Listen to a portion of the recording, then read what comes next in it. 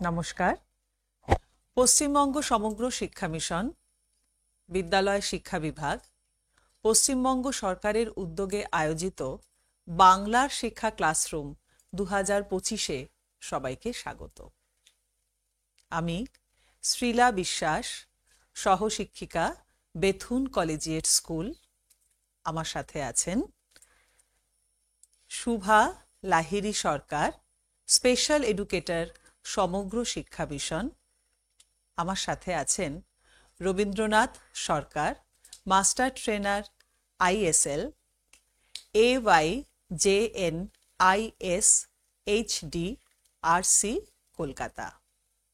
আজ ক্লাস 3 আমার পৃথিবী বইয়ের পোশাক অংশটি আমরা পড়ব। চলো তাহলে শুরু করা যাক।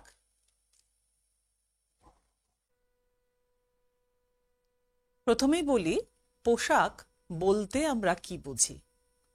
আমরা যা পরিধান করি তাই হচ্ছে পোশাক। সহজ ভাষায় জামা কাপড়, সেটাকেই আমরা পোশাক বলে জানি। দেখো, সারাদিন আমরা নানা ধরনের পোশাক পরি। এই পোশাক ঋতু বদলের সাথে সাথে বদলে যায়, আবার স্থান পরিবর্তনের সাথে সাথেও এগুলো বদলে যায়। যেমন আমরা জামা কাপড় বদলাই, তেমন জামা কাপড়েরও আলাদা আলাদা মেটেরিয়াল হয়। এই মেটেরিয়ালগুলো কি কি, এগুলোকে কিভাবে পাই, কোথা থেকে পাই, কখন কি ধরনের পোশাক পরি, সেই নিয়েই আমাদের আজকের এই ক্লাস পোশাক। চলো তাহলে আমরা শুরু করি। দেখো, প্রত্যেক দিনই আমাদের সকাল শুরু হয় যখন আমরা ঘুম থেকে উঠি। ঘুম থেকে ওঠার পর তোমরা ব্রাশ করো, স্নান করো, তারপর একটা পরিচ্ছন্ন কাঁচা জামা পরো। তাকে আমরা বলে থাকি ঘরের জামা। তারপর সময় যত এগোতে থাকে, তোমার স্কুলের সময় শুরু হয়ে যাওয়ার কথা, তখন তুমি কি করো? স্কুলে যাওয়ার আগে বাড়ির জামাটি পরিবর্তন করে স্কুল পোশাকটি পরে নাও, তারপর তোমরা স্কুলে যাও। এই যে স্কুলে যাও, যে পোশাকটি পরে, তার নাম ইউনিফর্ম। এটা আমরা জানি।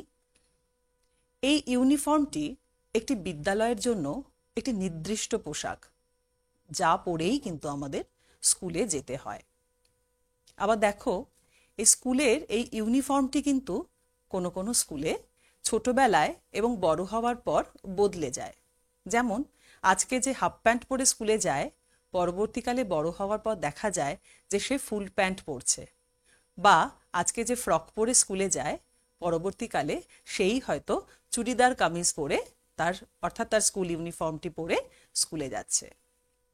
আবার দেখো, তোমাদের যেদিন পিটি বা খেলার ক্লাস থাকে, সেদিন কিন্তু তোমার পোশাকটি অন্য দিনের পোশাকের তুলনায় আলাদা হয়। যে পোশাক পরে তোমরা খেলতে, দৌড়তে, ব্যায়াম করতে স্বাচ্ছন্দ্য বোধ করবে, এমন পোশাকই তোমাদের পিটি ড্রেস হয়।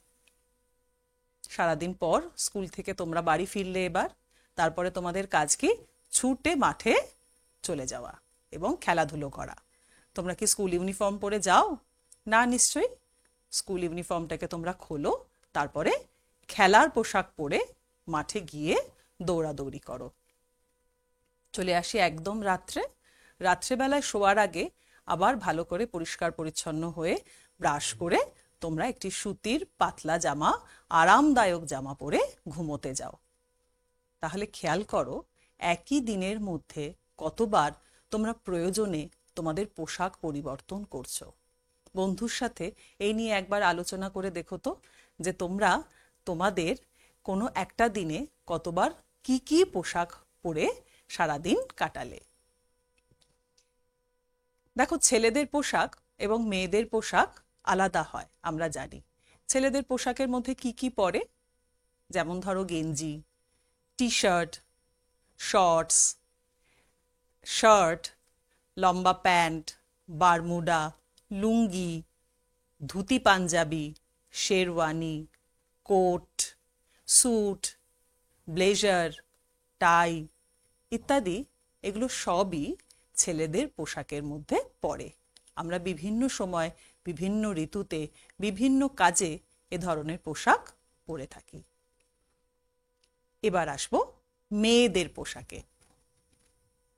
ছেলেদের মতো মেয়েদের পোশাকও কিন্তু আলাদা আলাদা হয়, যেমন ফ্রক, মিডি, লং স্কার্ট, ছোট স্কার্ট, চুড়িদার পাঞ্জাবি, কুর্তা, লেহেঙ্গা, ঘাগরা, ওড়না ইত্যাদি সবকিছুই পড়ে মেয়েদের পোশাকের মধ্যে।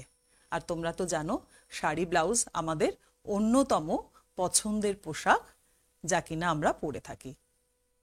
তবে এখন সুবিধার জন্য আমরা কিন্তু জিন্স টপ বা জিন্স কুর্তা এগুলো পরে থাকি।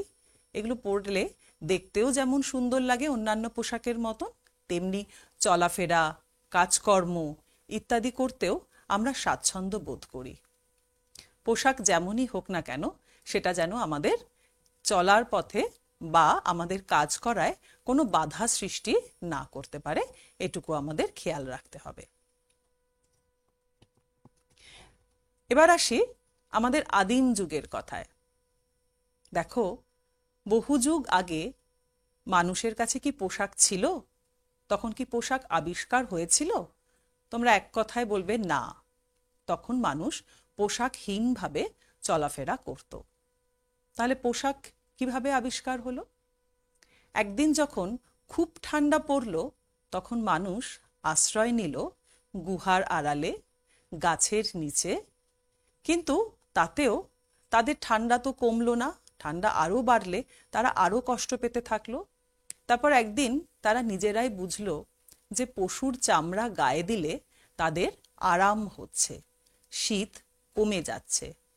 অথবা গাছের বাকল বা ছাল, যেটাকে বলে থাকি, বড় বড় গাছের যে ছালগুলো হয় সেগুলো তো পুরু হয়, মোটা হয়, সেগুলো পরলেও তাদের আরাম হচ্ছে।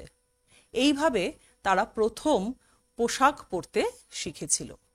পরবর্তীকালে এই পশুর চামড়া বা গাছের ছাল একটার সাথে একটা সেলাই করে করে তারা পোশাক তৈরি করত এবং নিজেদের শীতকে তারা আড়াল করতে পারত। প্রথমেই কি সুত সুতোর আবিষ্কার হয়েছিল? তা তো হয়নি। সে যুগে তখন তারা পাথরের সাহায্যে ফুটো করতে পারত বা গাছের ডালের সাহায্যে চামড়া বা বাকল ফুটো করে তারা তার মধ্যে দিয়ে লতা পাতা দিয়ে জড়িয়ে সেটাকে একটা গা ঢাকা দেওয়া যায় এমন একটা পোশাক তৈরি করত। এভাবে দিনের পর দিন বিবর্তনের মাধ্যমে আজকের এই এত রকমারি পোশাকে আমরা উপস্থিত হয়েছি। এবার আসি, আমরা এই যে বিভিন্ন পোশাক পরি তার পিছনে কি কারণ আছে। এই ছবিটা তোমাদের একটা খুব পরিচিত ছবি, তোমাদের আবেগের একটা জায়গা, স্কুল। প্রতিটা স্কুলের একটা নির্দিষ্ট ইউনিফর্ম আছে এবং প্রত্যেকটা স্কুলেরই নিয়ম হচ্ছে ওই ইউনিফর্মটি পরে প্রত্যেক দিন স্কুলে যাওয়া। স্কুলে কিন্তু যে কোনো পোশাক পরে আসা যায় না। স্কুলের জন্য নির্ধারিত যে পোশাক, কেবলমাত্র সেই পোশাকেই তাকে আসতে হয়। স্কুলের এই ইউনিফর্মটি থাকার কি কারণ আছে বলো তো? অনেকগুলো কারণ। খেয়াল করে দেখো, স্কুলের পরিচয় বহন করে তোমার এই পোশাকটি। তোমার পোশাক এবং পোশাকের গায়ে লেগে থাকা যে মনোগ্রাম, সেটা দেখে তোমার স্কুলকে চিহ্নিত করা যায়। তোমরা একই স্কুলের যে ছাত্রছাত্রী সেটা বোঝা যায়। তোমাদের নিজেদের মধ্যে ইউনিটি তৈরি হয় এই পোশাকের মাধ্যমে। অর্থাৎ তোমরা জানো যে তোমরা সবাই এক, ওই স্কুলের একটি অংশ। এই যে ভ্রাতৃত্ব বোধটি, এটি ছোটবেলা থেকে তোমাদের মধ্যে মজবুত হয় এই একই রকম স্কুল পোশাকের মধ্যে দিয়ে। আবার দেখো, তোমাদের অনেক সময় তোমাদের দিদিমণি বা স্যারেরা এক্সকারশনে নিয়ে যান, জানতো? শীতকালে বিশেষ করে বিভিন্ন জায়গায় তোমাদেরকে ঘুরতে নিয়ে যাওয়া হয় এডুকেশনাল ট্যুরে। সেখানে তুমি যদি দলছুট হয়ে যাও, তুমি প্রথমেই কি করো বলো তো? তুমি দৌড়াদৌড়ি করে দেখতে থাকো যে তোমার স্কুলের পোশাক পরা ছেলে মেয়েরা কোন দিকে আছে। বা তুমি জিজ্ঞাসা করো, দাদা আমার মতন স্কুল ইউনিফর্ম পরা কোনো বাচ্চাকে কি আপনি দেখতে পেলেন? কোন দিকে দেখতে পেলেন? তারাও সহজে চিহ্নিত করে দিতে পারে যে দেখো ওই দিকে তোমাদের বন্ধুরা গেছে। অর্থাৎ তোমার হারিয়ে যাওয়ার ভয় থাকে না, তোমাকে সহজেই ভিড়ের মধ্যে থেকে আলাদা করে চেনা যায়। আবার স্কুলে স্কুলে যখন প্রতিযোগিতা হয় বা অনেক এমন হয় যে সেমিনার বা কোনো মিটিংয়ে তোমাদেরকে ডাকা হয়, কোনো প্রতিযোগিতায় তোমাদেরকে ডাকা হয়, সেই সময় অনেক স্কুলের ভিড়ে তোমরা নিজেদেরকে চিনে নিতে পারো পোশাকের মাধ্যমে। তাহলে বুঝতে পারলে ইউনিফর্মের গুরুত্ব কতটা। এই ইউনিফর্মকে পরিচ্ছন্ন রাখার দায়িত্ব কিন্তু তোমাদের। নোংরা জামা পরে কখনো স্কুলে যাওয়া যায় না। এই ধারণা থেকে তোমরা নিজেদের মধ্যে পরিচ্ছন্নতা বোধ, এই বোধটা ছোটবেলা থেকে তৈরি করে দেয় স্কুল পোশাক। এবার আসি খেলার মাঠে। খেলার মাঠে খেলার কথা বললেই তোমাদের মুখ জোড়া হাসি দেখা যায়।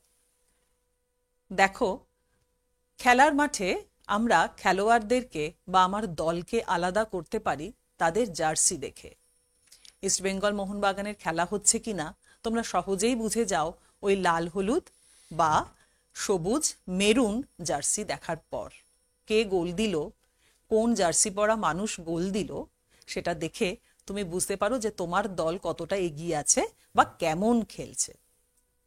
একই রকম ভাবে যদি গোলকিপারের কথা ভাবি, তোমরা নিশ্চয়ই দেখেছো গোলকিপারের যে পোশাক সেটা খেলোয়াড়দের থেকে আলাদা হয়, কারণ খেলোয়াড়দের যে কাজ, গোলকিপারের কাজটা ঠিক তার উল্টো। সেজন্য তার পোশাকটিও আলাদা হওয়া প্রয়োজন। খেলার কথায় আসবো আর ক্রিকেটের কথায় আসবো না, এটা তো হয় না। ক্রিকেট দলের যে জার্সি, ইন্ডিয়ান ক্রিকেট টিমের যে জার্সি, সেটা তোমরা জানো সেটি বাকি সমস্ত দলেদের থেকে আলাদা। অর্থাৎ ইন্ডিয়ান জার্সি নিউজিল্যান্ড বা অস্ট্রেলিয়ার জার্সির থেকে কতটা আলাদা সেটা তোমরা দেখতে পাচ্ছ ছবিতে। এরকম ভাবে প্রত্যেকটা দেশের তাদের নিজস্ব নিজস্ব জার্সি দেখে তারা নিজেদেরকে চিনতে পারে। এবার আসি হাসপাতালে। সংকটকালে আমাদের এই হাসপাতালে ছুটতে হয়, দৌড়াদৌড়ি করতে হয়। তখন আমাদের পাশে বন্ধুর মতন যারা থাকেন তারা আর কেউ নন, তারা হলেন ডাক্তার, তারা হলেন নার্স। হাসপাতালে গেলেই ডাক্তার এবং নার্সদের এক ঝলক দেখলেই চিনতে পারা যায় তাদের গায়ে পরা সাদা রঙের একটি পোশাক, যেটি গলা থেকে শুরু করে হাঁটু পর্যন্ত বিস্তৃত থাকে। এই পোশাকটির নাম অ্যাপ্রন। এই অ্যাপ্রনের উপরে ঝুলে থাকে তাদের স্টেথোস্কোপ। আমার রুগী কেমন আছে, তার কি হয়েছে, কতদিনে ঠিক হবে, কতদিনে বাড়ি যেতে পারবে, এই সমস্ত তথ্য আমরা সহজেই তাদের কাছ থেকে জেনে নিতে পারি। আমাদেরকে ছোটাছুটি করতে হয় না তাদের পোশাক দেখে। এরপর আসি, দেখো যাদের তোমরা ছবি দেখতে পাচ্ছ, রাস্তাঘাটে আমরা বিপদের মুখে পড়লে যাদের কাছে সবার আগে ছুটে যাই সেই পুলিশদের কাছে। পুলিশদের পোশাক কেমন হয়? সাদা বা খাকি ইউনিফর্মের পুলিশ তোমরা দেখেছো। সিভিক ভলেন্টিয়ারদের পোশাকও তোমরা চেনো, নীল রঙের পোশাক হয়। এবার এরা রাস্তায় আমরা কোনো বিপদে পড়লে, কখনো বাস ধরতে অসুবিধা হলে, রাস্তা ভুলে গেলে বা রাস্তা চিনতে চাইলে, কখনো ট্যাক্সি ধরতে অসুবিধা হলে আমরা ছুটে যাই এই ট্রাফিক পুলিশের কাছে, যে আমি এখন কি করব, আমাকে একটা ট্যাক্সি ধরে দিন, বা এই রাস্তাটা কোন দিক দিয়ে গেলে আমি পাবো, সে ব্যাপারে তোমাদেরকে এনারা সাহায্য করেন। তোমরা সাহায্য চাইতে যাও কাদের কাছে? এই পোশাক পরে থাকেন যারা, তাদের কাছে। আবার ঠিক একইভাবে যখন কখনো তোমরা যদি থানায় যাও, তাহলে থানায় গিয়ে কার কাছে কমপ্লেন লেখাতে হবে, কাকে নিজের অসুবিধার কথা জানাতে হবে, সেটা তোমরা এক ঝলক দেখেই বুঝে যাও ওনাদের ওই পোশাকটি দেখে। এরপর আসি শপিং মল। শপিং মল আমরা সবাই জানি যে একই ছাদের তলায়, যেখানে শাড়ি, কাপড়, বাসনপত্র, ফল, সবজি, বিভিন্ন সাবান, ময়শ্চারাইজার ইত্যাদি পাওয়া যায় একই ছাদের তলায়। নিশ্চয়ই তোমরা খেয়াল করে দেখেছো যে এদের একটি নির্দিষ্ট দোকানের একটি নির্দিষ্ট পোশাক থাকে। তুমি তোমার পছন্দের সাবানটি যদি খুঁজে না পাও, তখন তুমি এদের কাছে গিয়েই সাহায্য চাও।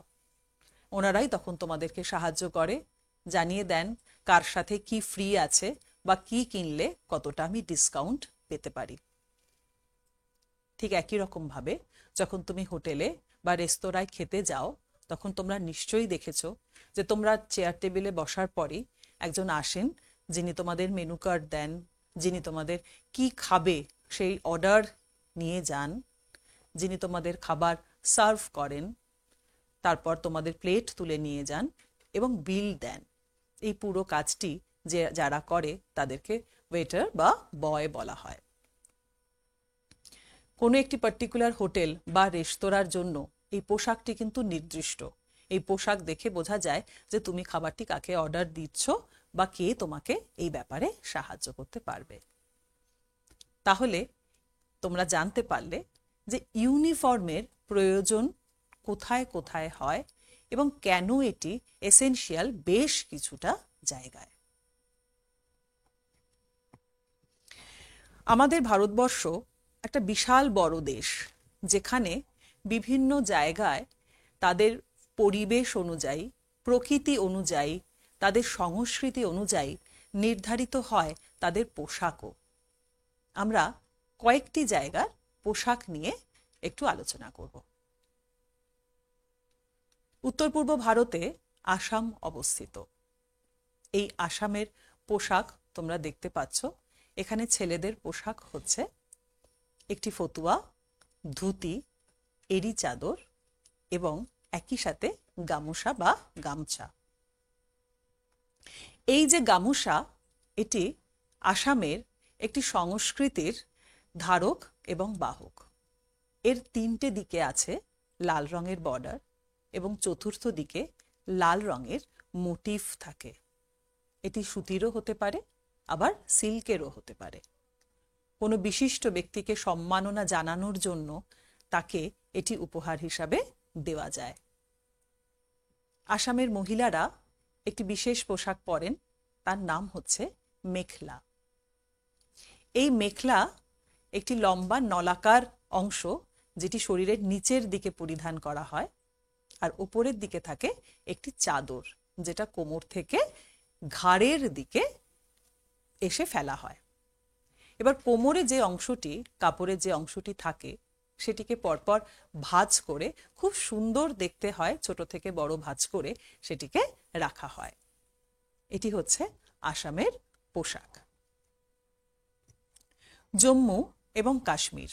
জম্মু কাশ্মীরে তোমরা নিশ্চয়ই জানো যে সেটি ভারতের একদম উত্তরে অবস্থিত এবং এখানে খুব ঠান্ডা পড়ে। সেই কারণে এরা এদের পোশাকে ফিরানকে অন্তর্ভুক্ত করেছে। ফিরান হচ্ছে গলা থেকে শুরু করে পা পর্যন্ত লম্বা একটি পোশাক। ছেলেরাও ফিরান পরে, মেয়েরাও ফিরান পরে, কিন্তু মেয়েদের ফিরান দেখতে ভারী সুন্দর হয়। তাদের ফিরানের গলার কাছে, হাতের কাছে, পকেটে বা চারপাশে খুব সুন্দর এমব্রয়ডারি করা থাকে। ফিরান ছাড়াও যখন শীত কমে যায়, তখন জম্মু কাশ্মীরের যারা পুরুষ ব্যক্তি, তারা একটি ধুতি, কোট এবং তার সাথে কুর্তা পরেন। তারা অনেক সময় পাজামাও পরে থাকেন। আর মহিলারা যারা রয়েছেন, তারা সালোয়ার কামিজ পরেন। জম্মু কাশ্মীরের এই যে কাশ্মীরি কাজ করা যে পোশাক, তার খ্যাতি ভুবন বিখ্যাত। সাধারণত এদের এই যে কাজ, এটি এত সূক্ষ্ম হয়, এত রঙিন হয় এবং এত সুন্দর হয়, তার জন্য এর চাহিদা দিকে দিকে। এবার আসি মহারাষ্ট্রে। মহারাষ্ট্রের পুরুষের পোশাক হচ্ছে ধুতি এবং তার সাথে কুর্তা, এবং মাথায় এরা একটি পাগড়ি পরেন, যেটাকে ফ্যাটা বলা হয়। একই সাথে মহিলারা শাড়ি পরেন এবং তাদের চলি এবং পাল্লু থাকে। পাল্লু হচ্ছে ঘাড়ের উপর দিয়ে একটা শাড়ি এলিয়ে রাখা থাকে। দেখতে খুব সুন্দর লাগে এনাদেরকে। এই হচ্ছে তাদের পোশাক। এরপর আসি রাজস্থানে। রাজস্থানে এই রঙিন এবং বাহারি পোশাক দেখলে চোখ জুড়িয়ে যায়। এখানকার ছেলেরা ধুতি এবং কুর্তা পরেন এবং মাথায় একটি বিশেষ পাগড়ি পরেন। সেটি ভীষণ রঙিন দেখতে হয়। আর মেয়েরা তারা লেহেঙ্গা পরেন আর তার সাথে ওড়নি নেন, ওড়নি এবং চোলি পরেন। রাজস্থানের এই যে সূক্ষ্ম কাজ, তারপরে আয়নার কাজ, হাতের যে সূচি শিল্প, এটাও জগৎ জোড়া বিখ্যাত। এত রঙিন কাজ এদের হয় যে দেখলেই মন ভরে যায়। এবার আসি পশ্চিমবঙ্গে। পশ্চিমবঙ্গের প্রিয় পোশাক হচ্ছে ধুতি এবং পাঞ্জাবি। পাঞ্জাবির সাথে অনেক সময় পাজামাও পরা হয়। আর মেয়েদের ক্ষেত্রে শাড়ি, ব্লাউজ, চুড়িদার ইত্যাদি হচ্ছে প্রিয় পোশাকের অন্তর্ভুক্ত। সাধারণত পুজোর সময় আমরা লাল পাড় সাদা শাড়ি পরে থাকি। এই শাড়ি সুতি বা সিল্ক দু রকমেরই হতে পারে। এবার আমরা আসবো বিভিন্ন ঋতুতে আমরা কেমন পোশাক পরি সেই নিয়ে আলোচনায়।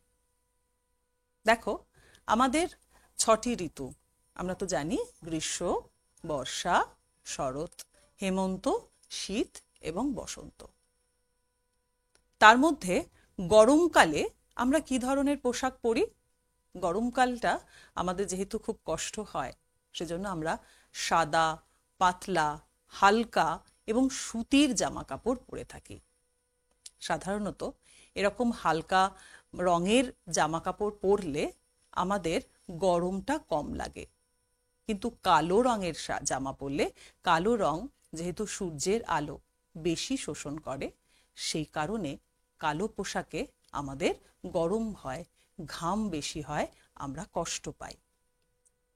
সেই জন্য এরকম হালকা পাতলা সুতির জামা পরে আমরা গরমটাকে কমানোর চেষ্টা করি। এবার আসি বর্ষাকালের পোশাকে।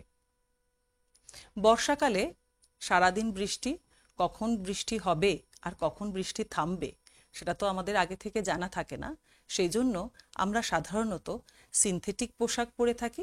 এই সিনথেটিক পোশাক পরলে খুব সহজেই সেটাকে ধুয়ে দিলে সেটি খুব তাড়াতাড়ি শুকিয়ে যায়। আর আমরা কি ব্যবহার করি?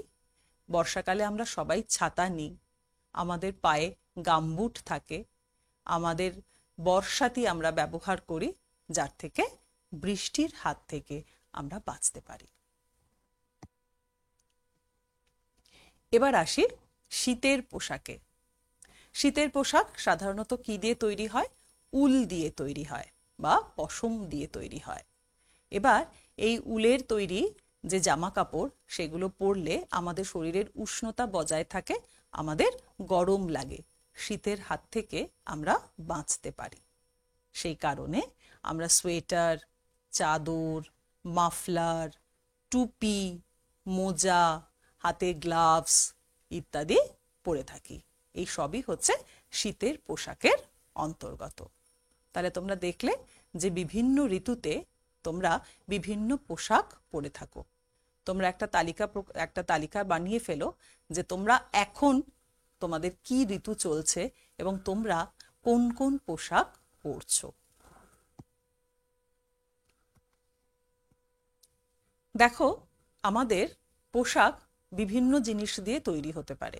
তার মধ্যে কিছু আছে প্রাকৃতিক উপাদান আর কিছু আমরা তৈরি করি, যেটাকে আমরা বলে থাকি সিনথেটিক। প্রথমেই আসি প্রাকৃতিক তুলোয়। প্রাকৃতিক তুলো আমরা কার্পাস গাছ থেকে পাই। এই যে তোমরা দেখতে পাচ্ছ নিচে এই যে গাছগুলো, এটা হচ্ছে কার্পাস গাছ। কার্পাস গাছে ছোট ছোট বেলের মতন ফল হয়। সেই ফল যখন পেকে যায় বা বড় হয়ে যায়, তখন তারা ফেটে গিয়ে এই ধরনের তুলো তাদের মধ্যে থেকে বেরিয়ে আসে। তারপর এই তুলোকে হাত দিয়ে আমরা সংগ্রহ করি, তারপরে এক জায়গায় রাখা হয়। স্পিনিং মেশিনের সাহায্যে লম্বা লম্বা সুতো তৈরি করা হয় এরকম ভাবে, এবং তারপর সেই সুতো দিয়ে আমরা জামা কাপড় তৈরি করি।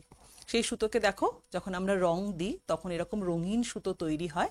তারপরে এরকম সুতির পোশাক তৈরি করা হয়, তারপরে সেটাকে কেটে বা মাপ মতন জামা কাপড় বানানো হয়। একে বলা হয় সুতির পোশাক।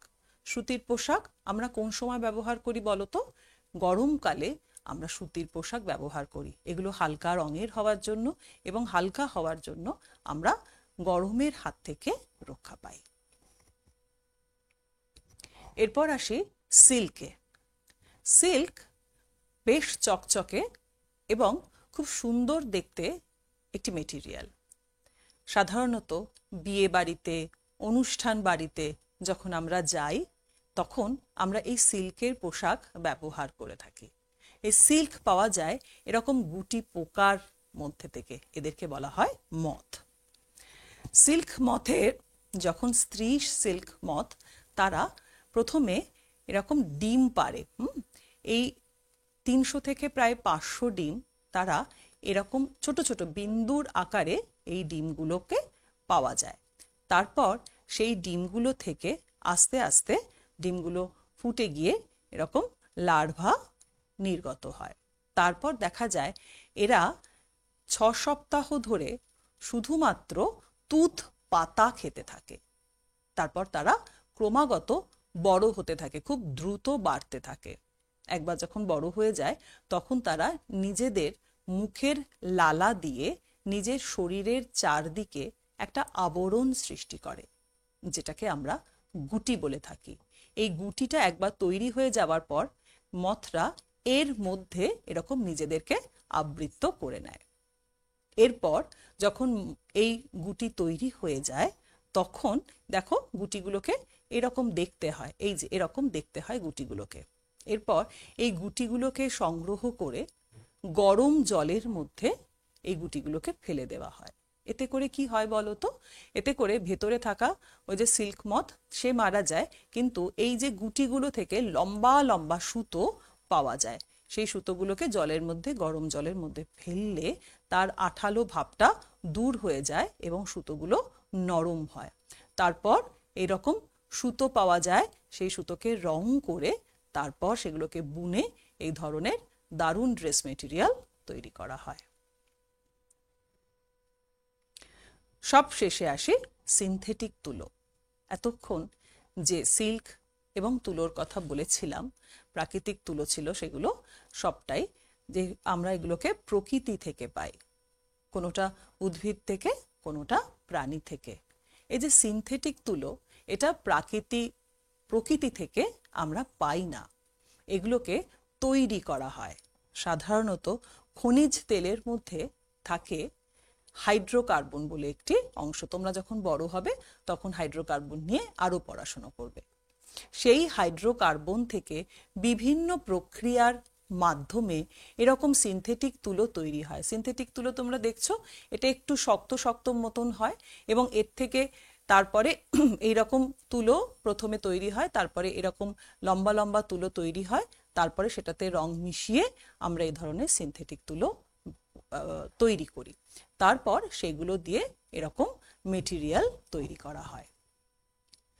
এই যে সিনথেটিক জামা বা সিনথেটিক মেটেরিয়াল যেটা তৈরি করা হলো, তার সবচেয়ে বড় সুবিধা হচ্ছে এগুলো জল দিয়ে কাচার পর খুব তাড়াতাড়ি শুকিয়ে যায়, বারবার আয়রন করতে হয় না, কারণ এগুলো জলে ধোয়ার পর কুঁচকে যায় না, দেখতে চকচকে হয়, সিল্কের মতন এত দামি হয় না, কিন্তু টেকসই হয়। তোমরা সিনথেটিক জামা, সুতির জামা এবং উলেন জামার মধ্যে নিশ্চয়ই পার্থক্য করতে পারবে। এবার তোমাদের একদম শেষে, ক্লাসের শেষে আমরা এসে উপস্থিত।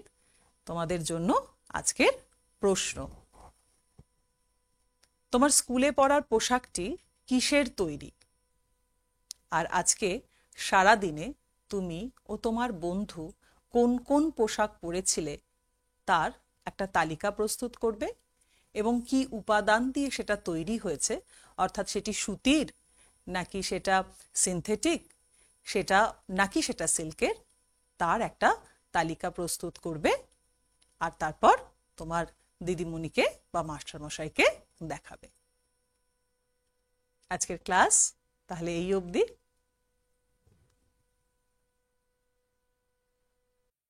নমস্কার, আমার নাম Rabindranath Sarkar, master trainer, ISL, NIHH, Kolkata. আজকে যে ক্লাস হলো সেই ক্লাসটা হচ্ছে 3 এর টপিক হচ্ছে পোশাক। তোমাদের টিচার এবং ইন্টারপ্রেটারের পুরো যে তোমরা বিষয়টা দেখলে তাতে তোমরা পোশাক সম্বন্ধে বুঝেছো, পোশাক কেন পরে সেই ব্যাপারটা আমি তোমাদের কাছে একটা জিস্ট করে বলছি। তোমরা সবাই বিভিন্ন ধরনের পোশাক পরো, ছেলেরা একরকম পোশাক পরো, মেয়েরা একরকম পোশাক পরো। সবাই যে একরকম পরো সে কিন্তু নয়, নিজেরা নিজেদের মতো পোশাক পরো। তোমরা যে পোশাকটা পরো সেটা স্কুলের একটা পোশাক থাকে তোমাদের, সেই পোশাকটা যেমন সবার রংটা এক থাকে, কিন্তু ছেলেদের ক্ষেত্রে আলাদা, মেয়েদের ক্ষেত্রে আলাদা। এবং পুলিশ যে কাজটা করে বা হোটেলের যে লোক যারা কাজ করে তাদেরও কিন্তু এক এক ধরনের পোশাকটা পরে, সব কিন্তু একই রকম নয়। স্কুলে যে পোশাকটা পরছেন সেই পোশাকটা পরে ওদের ইউনিফর্ম সম্বন্ধে কিন্তু আমরা বুঝতে পারি যে বিভিন্ন স্কুল এক জায়গায় থাকলেও তাদের রং যেহেতু আলাদা থাকে পোশাকের, আমরা কোন স্কুলের বাচ্চা কি পোশাক পরে আছে সেই দেখে তার আলাদা আলাদা স্কুলের নামগুলো বুঝতে পারি। সেই রকমই পুলিশের ক্ষেত্রেও যিনি পরে আছেন সবাই কিন্তু ইউনিফর্ম পরে আছেন, কিন্তু তাদের কাজের যে র্যাঙ্ক আছে সেই অনুযায়ী তাদের পোশাক আলাদা হয়। সেরকম হেলথ ওয়ার্কারদেরও পোশাক আলাদা হয়। যেরকম ব্লু রঙের যারা সিভিক ভলেন্টিয়ার তাদেরও পোশাক আলাদা হয়। এরকম গ্রুপ ওয়াইজ দেখে তার কাজ সম্বন্ধে আমরা বুঝতে পারি। যেমন হসপিটালে গেলে যিনি রিসেপশনে থাকেন ডক্টরের পোশাক একরকম, যারা আরও একটু দেখছেন হেলথের তাদের যারা কেউ নার্সদের পোশাক একরকম থাকে, এবং যারা আয়াত কাজ দেন তারাও শাড়ি পরে আমাদেরকে সাহায্যের জন্য এগিয়ে আসেন। আমাদের তাদের কাগজ দেখে মানে যে পোশাকটা আছে সেটা দেখেই বুঝতে পারি যে তাদের কি কাজে তারা নিযুক্ত আছেন ওই হসপিটালের মধ্যে। যেমন আমরা যখন হোটেলে যাই তখন যিনি আমাদেরকে ওয়েলকাম করেন অফিসে থাকেন তিনি কোট পরে থাকেন। তারপর যিনি শাড়ি পরে রিসেপশনের বাইরে আমাদেরকে ওয়েলকাম করেন, যিনি শেফ হন তিনি একরকম টুপি পরে থাকেন। তাদের পোশাক দেখেই বোঝা যায় যে কে ওয়েটার, কে রিসেপশনে আছেন এবং কে কোন কাজটা করছেন। আমরা সেই মতো তাদের পোশাক অনুযায়ী তাদের কাছে আমাদের প্রয়োজনটা জানাই। গরমকালে একরকম পোশাক, বর্ষায় একরকম এবং শীতকালে একরকম পোশাক আমরা পরি। 3টে সময় কি আমরা সোম পোশাক পরি তা কিন্তু নয়। গরমকালে আমরা যে পোশাকটা পরি সেটা হালকা কটনের সুতির পোশাক পরি, যেটা পরে আমাদের আরাম হয়, গরম থেকে আমাদের সেটা আরাম দেয়। বর্ষাকালে কিন্তু সিনথেটিক পোশাক পরি যেটা একটু মোটা হয় এবং দেখে জলটা আমাদের গায়ে বসে না যদি ভিজেও যাই। এবং শীতকালে উলের জামা কাপড়, উলের সোয়েটার এগুলো পরি। এই পোশাকগুলো দেখে আমরা ছবি দেখেই বুঝতে পারি যে কোন ওয়েদারে আমরা কোন পোশাকটা পরি।